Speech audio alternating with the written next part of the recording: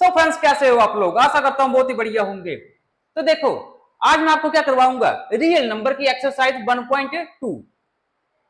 अब इससे पहले मैं आपको क्या क्या करवा चुका हूं, मैं आपको एक्सरसाइज 1.1 करवा चुका हूं, मैं आपको इसकी इंट्रोडक्शन भी दे चुका हूं। लिंक आपको डिस्क्रिप्शन बॉक्स में मिल जाएंगे सारे के सारे। अब देखो, फर्स्ट क्वेश्चन क्या है इसमें, prove that root 5 irrational. Very very important question, बच्चे इसको रटते फिरते हैं। तो देखो, इस क्वेश्चन को करने से पहले मैं आपको कुछ थ्योरम करवाऊंगा। दो थ्योरम हमारे पास एनसीईआरटी की बुक में। आशा करता हूं कि आपके पास बुक जो है वो ओपन होगी। अब देखो, थ्योरम क्या 1.2 में बोलता है, let p be a prime number if p divides a square then p divides a where a is a positive integer. क्या क्वेश्चन में देखो, p जो है वो डिवाइड करता है किसको, a स्क्वायर को। a स्क्वायर कोई नंबर है जिसे जो p डिवाइड कर देता है।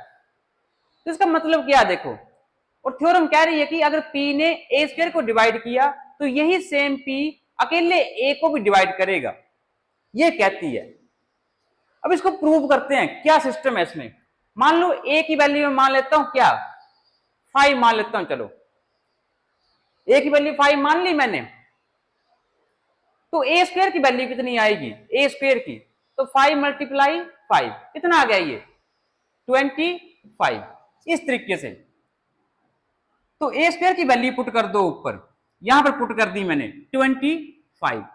और नीचे p कैसा देखो, p ने जो है वो इस a स्क्वायर को काटा है ना, तो p की वैल्यू क्या मान सकते हैं हम। चलो p को हम 5 मान लेते हैं, 5 मान लिया तो पुट कर दो उधर p की वैल्यू 25/5। अब देखो, ये p5 है। अब इस p ने, इस 5 ने इस 25 को काट दिया ना, तो हमारी जो कंडीशन है थ्योरम की वो सेटिस्फाई हो रही है। अब देखो, इस टर्म को मैं क्या ऐसे लिख सकता हूं, 5 मल्टीप्लाई 5 डिवाइडेड बाय 5, इजीली लिख सकता हूं। अब देखो, अब ये क्या था, ये p है नीचे, और देखो ये अकेला एक ये वाला a है, और देखो एक ये वाला a है। तो देखो, इस 5 ने इस 5 को काट दिया, तो ये 5 क्या था, p था, और ये 5 क्या था, a था। तो हो गया। देखो, अगर मैं a की वैल्यू को उठाऊं 5 और नीचे इसको 5, तो देखो, तो p ने a को काट दिया, इस p ने देखो इस a को काट दिया। यही इस थ्योरम का मतलब है, कुछ नहीं करना। बाकी आप ध्यान से समझिएगा, अच्छी चीजें हैं ये, शायद स्कूलों में बताई जाएंगी आप लोगों को, शायद ही, मुझे नहीं लगता बताएंगे। ये देखो, तो ये चीज है, दिमाग चलाना आप लोगों को। अब करते हैं थ्योरम 1.3। जैसे हम इसको प्रूव करेंगे ना, रूट 2 इज इरेशनल, तो ऑटोमेटिकली हम इसे भी कर पाएंगे। रूट 5 ही नहीं, हम रूट 3 भी निकाल पाएंगे, हम रूट 7 भी निकाल पाएंगे, जो मर्जी एग्जाम में पूछा हो, आप कोई भी नंबर को निकाल जाएंगे। अब करते हैं प्रूव स्टार्ट। देखो, तो करो इसको स्टार्ट, रूट 2 इज इरेशनल। सबसे पहले मैं आपको यही कराऊंगा, रूट 2 ही करवाऊंगा आपको मैं, उसके बाद ये आप कर जाओगे, रूट 5 को अपने आप कर लोगे। चलो स्टार्ट करते हैं। अब हर स्टेप को ध्यान से देखते जाइएगा। रूट 2 को प्रूव करना है। इस क्वेश्चन को फिलहाल के लिए मैं छोड़ रहा हूं, इसको, ये आपके लिए है, आप कर जाओगे खुद इसको। देखो, रूट 2 को कैसे करेंगे, तो सबसे पहले मान लेते हैं root 2 is rational number let, ये हमने मान लिया। प्रूव करने के लिए कुछ ना कुछ रास्ता तो हमें फॉलो करना पड़ेगा ना, तो पहले इसको रैशनल मान लो, उसके बाद इरेशनल प्रूव कर देंगे। वो कैसे, वो स्टेप बाय स्टेप आपको पता चलेगा। अब अगर हमने रूट 2 को रैशनल मान लिया, तो क्या रूट 2 को मैं ऐसे लिख सकता हूं, root 2 is equal to a/b। ऐसा क्यों लिखा, क्योंकि हम जानते हैं जो हमारे होते हैं रैशनल नंबर, उन्हें हम p/q की फॉर्म में लिखते हैं, p/q की फॉर्म में। बस मैंने यहां पर कुछ भी नहीं किया, मैंने p की जगह a पुट कर दिया और q की जगह b पुट कर दिया है, बस, और कुछ नहीं किया। आप चाहो तो p/q भी पुट कर सकते हो, कोई दिक्कत नहीं होगी। अब देखो, ये जो मैंने मानने हैं, a और b जो मैंने मानने हैं, ये क्या है, a and b are coprime number, A and B are coprime number कौन से होते हैं, जिनका एचसीएफ क्या होता है, 1 होता है। और इनके बीच में कोई भी कॉमन फैक्टर नहीं होता, कॉमन फैक्टर नहीं होता।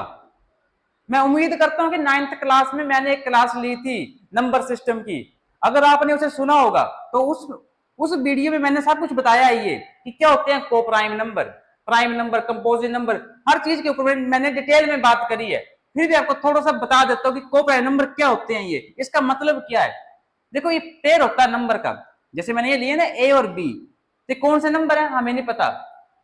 तो देखो मैं कोई नंबर लेता हूं 4 और 6, ये पेयर ले लिए मैंने, तो 4 के फैक्टर क्या क्या होंगे।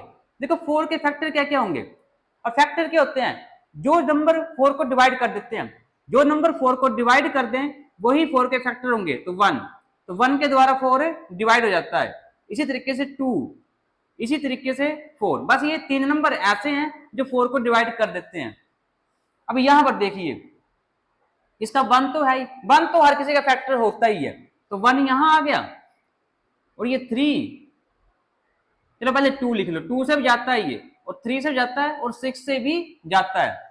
तो देखो ये फैक्टर आ गए, तो देखो 2 यहां पर भी है और यहां पर भी है, तो 2 देखो कॉमन फैक्टर मिल गया हमारे पास, तो मतलब यहां पर कॉमन फैक्टर हमें मिल गया। तो ये को प्राइम नंबर नहीं है, ये को प्राइम नंबर नहीं होंगे, क्योंकि देखो कॉमन फैक्टर नहीं होता है। ये लिख लो no common factor, no common factor, जो होते हैं हमारे को प्राइम नंबर उनके बीच में कोई भी कॉमन फैक्टर नहीं होता, लेकिन यहां मिल गया। तो 4 और 6 जो हमारे को प्राइम नंबर नहीं है। इसी तरीके से अगर मैं बात करता हूं 2 और 3 की, तो 2 के फैक्टर क्या होते हैं 1 और 2, इसी तरीके से 1 और 3 होंगे 3 के। तो यहां पर है देखो कोई कॉमन फैक्टर, 1 को इंक्लूड नहीं किया जाता, 1 के अलावा 1 को नहीं देखेंगे तो कोई भी नहीं है। तो ये हमारे क्या है, ये है हमारे को प्राइम नंबर, को प्राइम नंबर, इनको बोलते हैं को प्राइम नंबर। अब ऐसे ऐसे और भी नंबर हो सकते हैं, 7 और 5, 3 और 6, ये नहीं होगा, सॉरी 3 और 6 नहीं होगा, ऐसे लिख दिया 3 और 5, इस तरीके से ये नंबर सारे को प्राइम नंबर हैं, ये ऐसे पेयर इनके। तो आशा करता हूं ये आपको समझ आया होगा।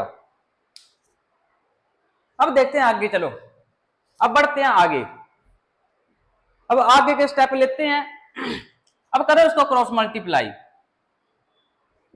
√2b is equal to A, और ले लो taking squaring, squaring both side, तो क्या बन गया ये √2b का square is equal to A का स्क्वेयर। इसी तरीके से क्या बनेगा ये 2b square is equal to A square, और यहां पर क्या बन गया ये b square is equal to A square by 2। तो ये वैल्यू आ गई। देखो अब यहां पर क्या हो रहा है, देखो यहां पर, चलो इसको इक्वेशन 1 मान लो, और देखो बन गया ना ये ए स्क्वेयर को 2 ने डिवाइड कर दिया, देखो ए स्क्वेयर ने 2 को डिवाइड कर दिया। इसका मतलब क्या है, ये वाली थ्योरम एक्टिवेट हो गई हमारी जो हमने स्टार्टिंग में पढ़ी थी। तो अगर 2 ने ए स्क्वेयर को डिवाइड किया तो ये 2 अकेले ए को भी डिवाइड करेगा थ्योरम के हिसाब से। और लिख लो इधर साइड में A square is divided bye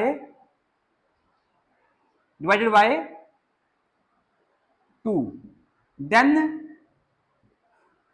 a is also divided by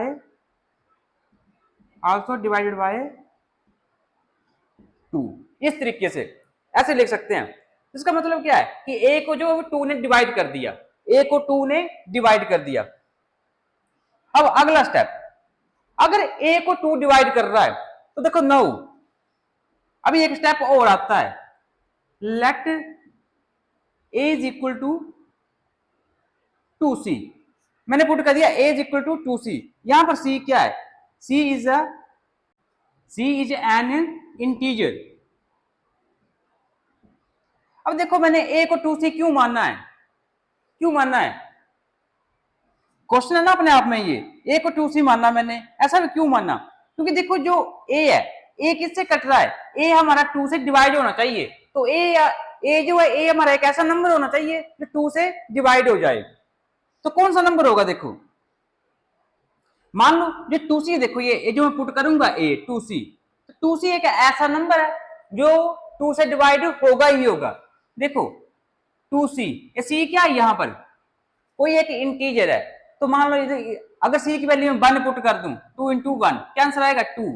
अगर सी की वैल्यू में 2 पुट कर दूं, 2 इंटू 2 कितना आएगा 4।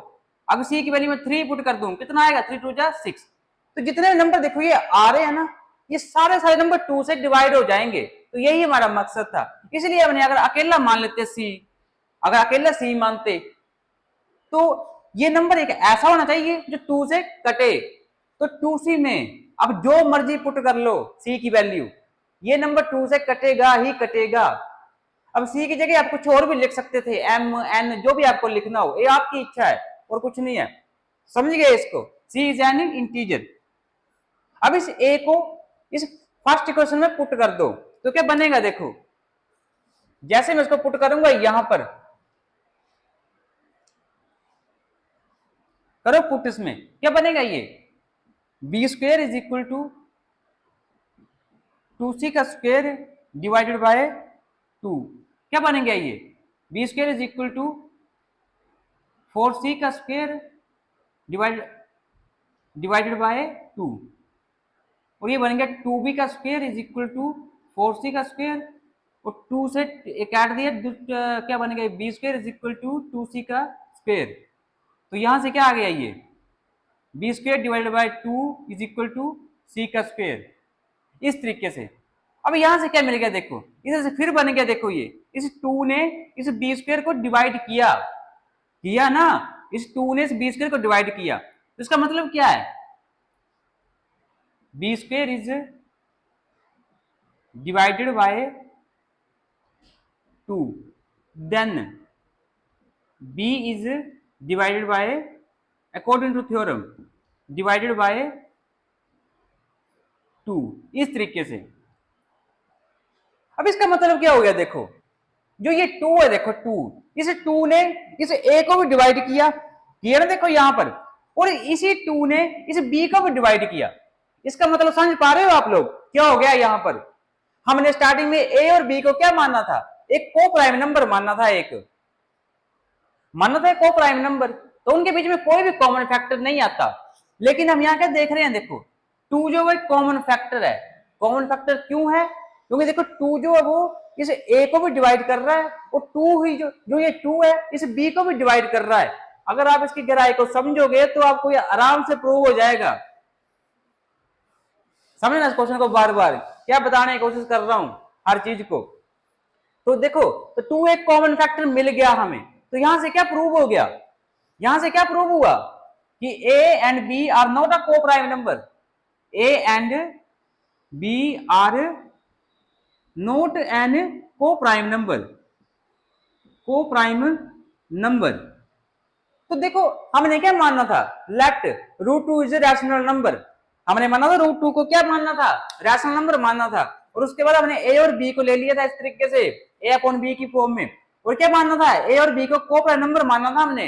लेकिन हुआ क्या, a और b तो हमारे क्या बन गए, को प्राइम नंबर रहे ही नहीं। जब रहे ही नहीं तो देखो जब ये रैशनल नंबर नहीं है जो हमने मानना था, तो क्या बचा, इरेशनल नंबर बचा। तो बस तो लिख दो root 2 is an irrational number, hence prove. इस तरीके से प्रूव हो जाता है ये। अब लिखो ना बड़ी स्टेटमेंट में जो मर्जी लिख लो, फिर a and b are divided by 2, a and b are divided by 2, so a and b are not co-prime numbers, a and b are not an co-prime number। इस तरीके से तो लिख दो hence root 2 is an irrational number,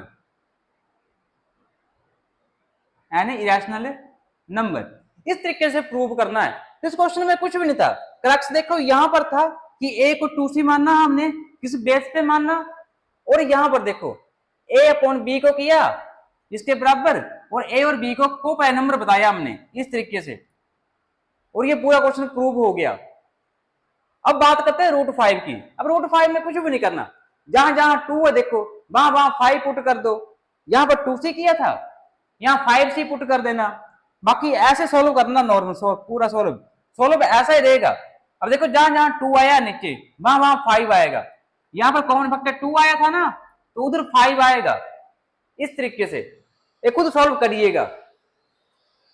ऐसे अगर root 3 होता तो जहां जहां रूट 2 है इधर 3 पुट कर दो, 3 पुट कर दो, और यहां 3c आएगा, क्योंकि हमें वो नंबर चाहिए जो 3 से डिवाइड हो जाए, तो 3c आएगा। जब आप करोगे अच्छे से, इसको बार बार देखना, समझना, आपको समझ आएंगी चीजें। तो आज के लिए काफी है, इतना ही।